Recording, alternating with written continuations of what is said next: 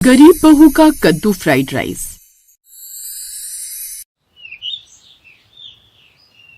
बेलापुर गांव खूबसूरती से भरपूर था।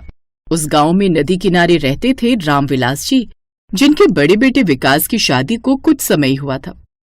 नई नवेली बहू गौरी अभी अभी शहर से आई थी। वो भले ही शहर से थी, लेकिन थी वो गरीब घर से। शादी तो सबकी रजामंदी से हुई, लेकिन दहेज में कुछ खास नहीं आया। यही बात ससुराल वालों के लिए अक्सर ताने देने का बहाना बन जाती थी। उसकी सास लता देवी हमेशा कहती, अरे आजकल की बहुएं तो आटे दाल का हिसाब नहीं जानती, और ये देख लो, न मायके से दाल लाई न चावल, बस हमारी थाली पर बोझ बनी बैठी है। आजकल वैसे भी सब इतना महंगा है। अपनी सास की बात सुनकर गौरी मासूमियत से मंद मुस्कान देती और चुप रह जाती। वो जानती थी कि जवाब देने से आग और भड़क जाएगी। ऐसे ही दिन बीत रहे थे।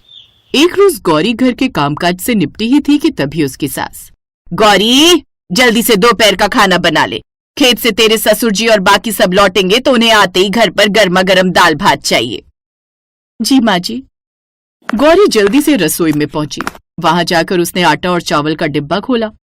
डिब्बा लगभग खाली था, बस एक छोटी कटोरी चावल बचे थे। दाल का डिब्बा भी खाली। हे भगवान, दाल तो घर में है ही नहीं। अब उसने अलमारी खंगाली तो नीचे रखा एक कद्दू मिला। अब इससे क्या बनेगा? सिर्फ कद्दू की सब्जी, लेकिन वो तो सबको रोज नसीब हो ही जाती है। और कल भी बाबूजी ने वही खाई थी, तो वो तो चिल्ला पड़ेंगे कद्दू की सब्जी का नाम सुनकर। अब क्या करूं? तभी उसे अपनी माँ की एक बात याद आई। बेटी, शहरों में लोग फ्राइड राइस बनाते हैं, उसमें सब्जियां डालते हैं और पतीले से महक उठती है। फ्राइड राइस का तो सच में जवाब ही नहीं। मेरी मालकिन तो हर दिन मुझसे कुछ न कुछ सब्जियां डालकर कद्दू फ्राइड राइस बनवाती रहती है। अरे वाह, ये आइडिया पहले क्यों नहीं आया मुझे? क्यों ना मैं कद्दू फ्राइड राइस बना दूं? गरीब की रसोई में भी स्वाद का रोगन चढ़ जाए। चल बेटा गौरी, लग जा काम पर। गौरी ने चावल धोकर रखे, साथ ही कद्दू छीलकर टुकड़े काटे। खुशबू पूरे आंगन तक पहुंच गई। बाहर बैठ सास ने नाक सिकोड़ते हुए कहा, ये कैसी महक है? आज फिर क्या फिजूल चीज बना रही है? लेकिन गौरी ने ध्यान नहीं दिया। कढ़ाई से जो सुगंध उठी वो पूरे आंगन में फैल गई। कुछ देर बाद सास सूंघते हुए अंदर आई। अरे ये क्या बनाया है? चावल में कद्दू डाल दिया क्या? माँ जी, इसे कद्दू फ्राइड राइस कह सकते हैं। दाल भात कम थे सो मैंने यही जुगाड़ किया। स्वाद अच्छा लगेगा, आप चख कर देख लीजिएगा। नहीं, अभी नहीं, और वो तो तुझे कुछ देर में पता चल जाएगा जब सब लोग भूखे घर पहुंचेंगे और तेरा ये जुगाड़पन देखेंगे। कुछ देर बाद खेतों से रामविलास जी, उसका पति और देवर राजू लौटे। आ गए आप सब? जल्दी से हाथ मुंह धो लीजिए, मैं खाना लगा देती हूँ। हाँ बहू, बहुत जोरों की भूख लगी है, जल्दी परोस दे। कुछ देर बाद गौरी ने उनके सामने गरम गरम कद्दू फ्राइड राइस रखे, जिन्हें देखकर वो लोग हैरान रह गए। बहू, ये क्या बनाया है? रामविलास जी ने थाली में सर्व किया और एक निवाला चखते ही बोले, अरे वाह, ये तो गजब बनी है। हल्की सी मिठास, ऊपर से मसाले का तड़का, और चावल ऐसे कि दांतों में घुल जाए। इसमें तो मजा आ गया। वाह, ये तो बहुत ही अच्छा बना है सच में। अगर हमारे गांव में होटल होता तो ये डिश जरूर हिट हो जाती। गौरी बहू का कद्दू फ्राइड राइस, नाम भी खूब चलता। ये सब सुनकर गौरी खुश हो गई। इतने समय से ताने सुनते सुनते वो कमजोर पड़ गई थी, लेकिन आज पहली बार उसकी रसोई की तारीफ हो रही थी। लेकिन सास को उसकी ये तारीफ रास नहीं आ रही थी। रात को जब सब लोग सो गए, लता देवी बरामदे में बैठी सोच रही थी। आज पहली बार पूरे घर ने तारीफ की। मुझे तो यही लगता था कि गरीब बहू खाने पकाने में अनाड़ी होगी, लेकिन इसने तो सबका दिल जीत लिया। अगर यही हाल रहा तो एक दिन तो सब घर वाले इसी की वाहवाही करेंगे। मुझे तो कोई पूछेगा नहीं। नहीं नहीं, मैं इस कल की आई हुई छोकरी का राज इस घर पर नहीं चलने दूंगी। अब वो गौरी पर और भी ज्यादा काम डाल देती है, और जब भी वो खाना बनाती तो वो एक ही बात कहती, इसमें वो खास बात नहीं है जो मेरे बनाए हुए खाने में होती थी। पता है, सब रिश्तेदार मेरे हाथों के बने खाने की ही तारीफ करते होंगे, लेकिन साहस तो ये है कि बहू को मसालों का तजुर्बा तुझसे कई गुना बेहतर है। गौरी के बने कद्दू फ्राइड राइस अब घर में सबको पसंद आते, और अब वो उससे हर दूसरे दिन उसे बनाने को कहते। एक रोज पड़ोस की कमला काकी उनके घर खुशबू सूंघते हुए आ गई। बहू, बड़ी अच्छी खुशबू है, जरा चखा तो, ऐसा क्या बनाया है तूने? कद्दू का फ्राइड राइस है काकी, अभी लाती हूँ। हैं? वो क्या होता है? होती है उटपटांग सी चीज। जब इसे कुछ समझ नहीं आता तो ये यही करती है। कुछ देर बाद गौरी काकी के लिए भी लेकर आती है, जो कि उसको भी बड़ा पसंद आता है। वाह भाई, हमने पूरी उम्र निकाल दी लेकिन हमें नहीं पता था कि कद्दू की ऐसी भी कोई चीज बनती है। लता, तू बड़ी खुशकिस्मत है जो इतनी अच्छी बहू मिली है तुझे। अब कमला मोहल्ले में जाकर भी उसके खाने की तारीफ करती है, जिसे सुनकर सांस चढ़ जाती और अब वो गौरी को किसी न किसी बहाने से और भी परेशान करती। ऐसे ही दिन बीतते हैं। कुछ दिन बाद गांव में मेले का आयोजन हुआ। गौरी के घर वालों ने उसे फ्राइड राइस मेले में बेचने की सलाह दी। मैं जानता हूँ गौरी, ऐसी चीज किसी ने भी पूरे गांव में नहीं खाई होगी। तुम्हारा कद्दू फ्राइड राइस सचमुच का कमाल का है। अगर तुम उसे मेले में बेचोगी तो देखना वो सबको पसंद आएगा। क्या आप सच कह रहे हैं? कोई जरूरत नहीं है। अब क्या हमारे घर की बहू ये सब काम करेगी? अरे तो क्या हो गया भाग्यवान, अगर उसमें कोई हुनर है तो वो उसे दिखा सकती है। और इसमें बुराई क्या है? गांव की और औरतें भी तो ये काम कर रही हैं। मैंने कह दिया ना, ये सब हमारे यहाँ नहीं चलेगा तो मतलब नहीं चलेगा। लता ये सब कही रही थी कि तभी अचानक उसके पेट में तेज दर्द उठने लगा। मेरा पेट, ये अचानक से अरे लता, ये अचानक क्या हो गया तुम्हें? विकास बेटा, चलो जल्दी से अस्पताल ले चलते हैं। वो सब उसे जल्दी से अस्पताल ले जाते हैं, जहां डॉक्टर उनका चेकअप करते हैं। इनके पेट में पथरी है, हमें जल्द से जल्द इनका ऑपरेशन करना होगा। आप 50,000 जमा करवा दीजिए। क्या 50,000? लेकिन इतने पैसे तो हमारे पास नहीं है डॉक्टर साहब। तो फिर इन्हें घर ले जाइए। नहीं, आप इनको ऑपरेशन शुरू कीजिए, पैसों का इंतजाम मैं करती हूँ। लेकिन तुम पैसे कहाँ से लाओगी? आपने कहा ना मेले में जाकर मेरी स्पेशल डिश बेचूं, अब देखना मेरा कमाल। गौरी झट से घर गई और घर में रखे थैले से कुछ कद्दू उठाए, जिसके बाद वो कुछ जरूरी मसाले लेकर मेले की ओर चली गई और वहाँ चूल्हा बनाकर उसमें कद्दू फ्राइड राइस बनाने लगी। आइए आइए, कद्दू फ्राइड राइस खाइए, आइए आइए। कद्दू फ्राइड राइस, ये नाम तो पहली बार सुना है। जाने कैसा होगा, चलो खाकर देखते हैं। उस ग्राहक ने जैसे ही कद्दू फ्राइड राइस चखा तो उंगलियां चाटते रह गए। इससे अच्छी चीज आज तक उसने नहीं खाई थी। ऐसे ही एक एक कर और लोग भी उसके पास आए और खाने लगे। सबको बड़े पसंद आए और उसकी अब अच्छी खासी बिक्री होने लगी। पहले ही दिन उसने 6,000 की कमाई कर ली। अब विकास भी अगले दिन से उसकी मदद के लिए आने लगा।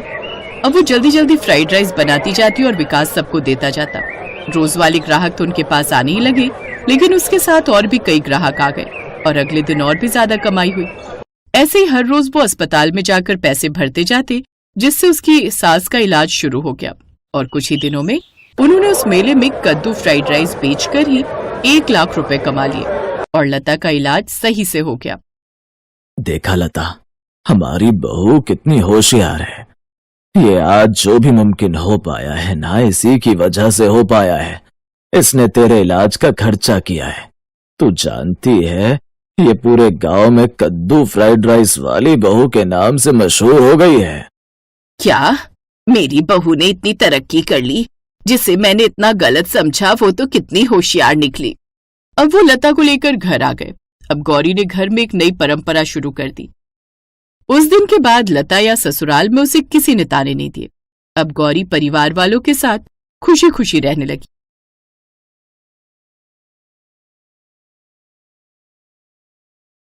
उत्तर प्रदेश के एक छोटे से कस्बे में पली बढ़ी राधिका खाना बनाने में माहिर थी। उसके हाथ की बनी कद्दू की सब्जी और गर्मा गर्म पूरी मोहल्ले भर में मशहूर थी। उसके गांव में जब भी कोई प्रोग्राम या भंडारा होता तो उसे ही बनाने के लिए बुलाया जाता। एक रोज उस गांव में अर्जुन नाम का लड़का आया, जो कि गांव के लाला की किराने की दुकान पर काम करने लगा। अर्जुन साउथ इंडियन था, जिसका रंग भले ही सांवला था, लेकिन उसका ऊंचे कद काठी के कारण वो काफी अच्छा दिखता था। एक रोज जब अर्जुन दुकान पर अकेला था तो राधिका उस दुकान पर कुछ सामान लेने आई। ये लो लिस्ट और मुझे ये सामान पैक करके दे दो। जी अभी देता हूँ। अर्जुन राधिका को उसका सामान दे देता है। ऊंचे कद काठी वाले अर्जुन को देख राधिका उसे पसंद करने लगी, लेकिन अर्जुन को तो बस अपने काम से ही मतलब था। उसने राधिका पर ज्यादा गौर नहीं किया। राधिका सामान लेकर लौट आई। रास्ते में उसे उसकी सहेली अनुराधा मिली। बड़ा ही नकचढ़ा लड़का है, समझता है क्या है खुद को? क्यों अकेले में बड़बड़ाए जा रही है? आखिर हुआ क्या है? अरे यार, वो लाला की दुकान पर जो नया लड़का आया है ना, बिल्कुल भी आंख उठाकर नहीं देखता। ऐसा शरीफ लड़का आजकल कहाँ मिलेगा? मैं उसे घूरे जा रही हूँ, लेकिन मजाल है उसने मेरी तरफ एक बार भी देखा हो। अच्छा वो अर्जुन, तुझे पता है जब से वो लाला की दुकान पर आया ना, उसकी बिक्री काफी बढ़ गई है, क्योंकि गाँव की आधे से ज्यादा लड़कियां तो बस उसे देखने के लिए जानबूझकर दुकान पर जाती हैं। तो सबको जाकर बोल दे, अर्जुन ना सिर्फ मेरा है और उसकी दुल्हनिया तो ये राधिका ही बनेगी। अर्जुन उस गांव में एक झोपड़ी बनाकर रहता था। वो अकेला रहता था, इसलिए जैसे मर्जी कच्चा पक्का बनाकर खाता था। एक रोज राधिका खिड़की से सब देख रही थी कि कैसे अर्जुन अपने हाथ जलाकर रोटी बना रहा था। राधिका जल्दी से अंदर जाती है। ध्यान से काम नहीं कर सकते, खाना तक बनाना नहीं आता, ऐसा कच्चा पक्का खाकर सो जाते हो, अब हटो पीछे, मुझे काम करने दो। अर्जुन उसकी तरफ देखे जा रहा था और राधिका जल्दी से उसके लिए पूरी बनाती है। वो आज उसके लिए अपने हाथों से बनी हुई कद्दू की सब्जी लाई थी, जो उसने खट्टी मीठी बनाई हुई थी। अयो अम्मा, तुम तो बहुत अच्छी सब्जी बनाता है, मजा आ गया। ले, मैं इसकी बीवी बनने के सपने देख रही हूँ और ये मुझे अम्मा बनाने पर तुला हुआ है। क्या शादी? तुम हमसे शादी करेगी? लेकिन तुम तो इतना सुंदर है, गोरी है, तुम हमसे शादी बनाएगा? हाँ तो राधा भी तो गोरी थी और भगवान श्याम सांवले, तब भी तो उनमें प्यार। ये कहकर राधिका वहाँ से मुस्कुराकर चली गई। अब दोनों के बीच प्यार बढ़ने लगा और दोनों एक दूसरे से मिलने लगे। अब दूर दूर तक उनके चर्चे होने लगे और इस बात की भनक राधिका के घर वालों को भी लग गई। इश्क फरमाने के लिए तुझे वही दक्षिण भारतीय मिला था, जानती है ना, उनका खाना पीना भाषा सब अलग होती है। लेकिन माँ, होते तो इंसान ही है ना। एक मारूंगा थप्पड़ तो सारी अकल ठिकाने आ जाएगी। मैं आज ही जाकर दूसरे गांव में रहने वाले अपने दोस्त मनोहर से बात करके आता हूँ। 3 दिन के अंदर ही उसके बेटे की शादी से करवाता हूँ। ये सुनकर राधिका घबरा गई और उसने एक चिट्ठी लिखकर अपनी सहेली के हाथों अर्जुन तक पहुंचा दी। अर्जुन, मुझे यहाँ से ले चलो, ये मेरी शादी किसी और से करवा देंगे। अर्जुन अगली रात ही राधिका को भगा कर ले गया। दोनों ने मंदिर में जाकर शादी कर ली। अब सारा गांव अर्जुन का दुश्मन बन गया, जिस कारण अर्जुन को राधिका को लेकर अपने शहर दक्षिण भारत यानी चेन्नई जाना पड़ा। यहीं से उनकी नई कहानी शुरू हुई। राधिका पहली बार अर्जुन के साथ ट्रेन से चेन्नई पहुंची, लेकिन उसके मन में एक ही ख्याल था, भले ही यहाँ के लोग पहनावा बोली सब अलग हो, लेकिन आखिरकार हैं तो हम सब हिंदुस्तानी ही। राधिका अर्जुन के साथ उसके घर गई, जो कि नारियल के पेड़ों के बीच एक कच्ची झोपड़ी के रूप में बसा हुआ था। 1 मिनट यहीं रुको राधिका। अर्जुन अंदर गया और आरती की थाली ले आया और आरती की थाली लाकर उसकी आरती उतारने लगा। अरे अरे अर्जुन, ये क्या कर रहे हो? इस घर की बहू की आरती उतार रहा हूँ। आज अगर मेरी माँ होती तो वो ये काम करती। अर्जुन, नए बेटे बहू का स्वागत तो एक साथ किया जाता है ना, तो आओ हम खुद ही अपनी आरती उतारेंगे और तुम देखना, माँ बाबा जहाँ भी होंगे हमें देखकर आशीर्वाद जरूर दे रहे होंगे। उस पुरानी सी झोपड़ी में सिवाय एक खाट के ज्यादा कुछ नहीं था। मिट्टी का चूल्हा और 2-4 बर्तन। जब मैं 15 साल का था तो एक सड़क हादसे में मेरे माता पिता मारे गए। तब से मैं अकेले ही अपना पेट पालने लगा। तुम्हारी जेब में कितने पैसे हैं? यही कोई 5000। पहले जाकर थोड़ा सा राशन पानी ले आओ, मैं तब तक थोड़ी साफ सफाई कर लूं। अर्जुन राशन पानी लेने चला गया और राधिका साफ सफाई करने में जुट गई। घंटे भर बाद जब अर्जुन घर लौटा तो घर की हालत देखकर हैरान रह गया। अयो अम्मा, लगता है गलत घर में आ गया, माफ करना। अरे अर्जुन, कहाँ जा रहे हो? अरे ये तो मेरी राधिका की आवाज है। राधिका, ये अपना घर है क्या? वाह, तुमने तो इसकी शक्ल ही बदल दी।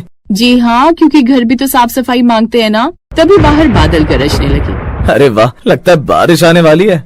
क्या बारिश? तो अर्जुन आंगन से कुछ लकड़ियां लाकर चूल्हे के पास रख दो, नहीं तो कहीं बारिश में भीग गई तो खाना बनाने में मुश्किल होगी। अब अर्जुन ने कुछ लकड़ियां उठाई और अंदर लाकर रख दी। राधिका ने जल्दी से गर्मा गर्म दाल चावल बनाए, जिसके बाद दोनों ने साथ बैठकर खाया। ऐसे ही उन्हें 10 दिन बीत गए। इन 10 दिनों में अर्जुन ने कई जगह काम की तलाश की, लेकिन उसे कहीं काम नहीं मिला। अगर कहीं नौकरी नहीं है अर्जुन, तो तुम खुद का काम क्यों नहीं खोल लेते? आजकल तो लोग तरह तरह के खाने के ठेले खोल लेते हैं। ओ मैडम, आप जानती है ना, मैं खाना बनाने में 1 नंबर का नाड़ी हूँ। मुझे खाना बनाना नहीं आता। बड़ी मुश्किल से तो कच्चा पक्का खाकर अपना पेट पालता हूँ। तुम्हें नहीं आता, लेकिन मुझे तो आता है। क्या तुम्हें डोसा सांभर बनाने आता है? तुमने बताया नहीं। तुम ये साउथ इंडियन खाना बनाना जानती है? अरे मैं कद्दू की सब्जी और पूड़ी बेचने की बात कर रही हूँ। क्या तुम्हें लगता है वो यहाँ किसी को पसंद आएंगे? क्यों नहीं आएंगे? तुम्हें भी आए थे ना। अगर मेरी कद्दू की सब्जी और पूरी गांव में सबको भा सकती है, तो यहाँ भी लोग जरूर पसंद करेंगे। तुम बस मुझ पर भरोसा रखो और मेरा साथ दो। अर्जुन के पास थोड़े से पैसे रखे थे। उसने राधिका के कहने पर एक ठेला खुलवा दिया। उन्होंने रेलवे स्टेशन के पास एक छोटे ठेले पर खाना बेचना शुरू किया। पहले दिन उसने कद्दू की सब्जी और पूरी बनाई। आइए आइए, गर्मा गर्म पूरी और कद्दू की सब्जी। इडली डोसा सापिड्रोला खाते हैं, ये कद्दू पूरी अच्छा है क्या? अरे भैया, एक बार खाकर देख लीजिए, फिर रोज याद करेंगे। अयो रामा, एक बार खाकर तो देखो, तुम बार बार आएगा। फिर ग्राहक ने पूरी और सब्जी चखी। वाह, रोम्बा नल्ला जुर्कू। हैं? क्या मतलब? अयो, इसका मतलब है बहुत अच्छा है। ये सुनकर पास खड़े दूसरे लोग भी जिज्ञासा से आने लगे। एन्ना, कद्दू की सब्जी में इतना स्वाद कैसे आया? भाभी जी, ये है उत्तर भारत का मसाला, ऊपर से थोड़ी सी मिठास और खट्टापन। इसमें वही इमली का खट्टा मिला है जो आपके सांभर में होता है, बस डिशेस थोड़ी अलग है, बाकी सब चीज तो एक जैसा ही है। भीड़ धीरे धीरे बढ़ने लगी। तभी एक बच्चा पूरी देखकर, अम्मा, ये तो गोल गोल पूरी है, हमारी पौरी जैसी लगती है। हाँ बेटा, लेकिन इसमें जादू है, इसे कद्दू के साथ खाओ और बताओ कैसी लगी। उस बच्चे ने जैसे ही उसे खाया, वो खाते ही तालियां बजाने लगा। वाह, सुपर अम्मा, मजा आ गया। शुक्रिया बच्चे। ये देखकर पास में लगे डोसा इडली के ठेले वालों ने थोड़ी नाराजगी जताई, क्योंकि अब लोग उनके साउथ इंडियन के साथ उस कद्दू की सब्जी और पूरी भी पसंद करने लगे थे। मैडम, यहाँ सबको डोसा इडली चाहिए, ये पूरी कौन खाएगा? भैया, डोसा आपकी शान है, पूरी मेरी जान है, दोनों का मजा लोग उठाएंगे। सही कहा, अब तो हमें दोनों चाहिए, सुबह डोसा, शाम को पूरी। अब धीरे धीरे उसका काम बहुत अच्छा चलने लगा। धीरे धीरे राधिका की दोस्ती स्थानीय लोगों से होने लगी। तुम्हारी मेहनत देखकर अच्छा लगता है, कल से तुम हमारे घर भी खाना देकर जाना। हमारे यहाँ कल किट्टी पार्टी है, जहाँ मेरी और भी दोस्त आएंगी, तो उन सबको ये अच्छा लगेगा। अब उसकी अच्छी कमाई होने लगी, लेकिन उसका आत्मविश्वास देखकर सब मदद भी करते। धीरे धीरे उसने वहाँ की भाषा के कुछ शब्द सीख लिए, जैसे वनक्कम यानी नमस्ते और नंद्री यानी धन्यवाद। कुछ महीनों में ही राधिका का ठेला मशहूर हो गया। लोग उसे कद्दू पूरी वाली कहने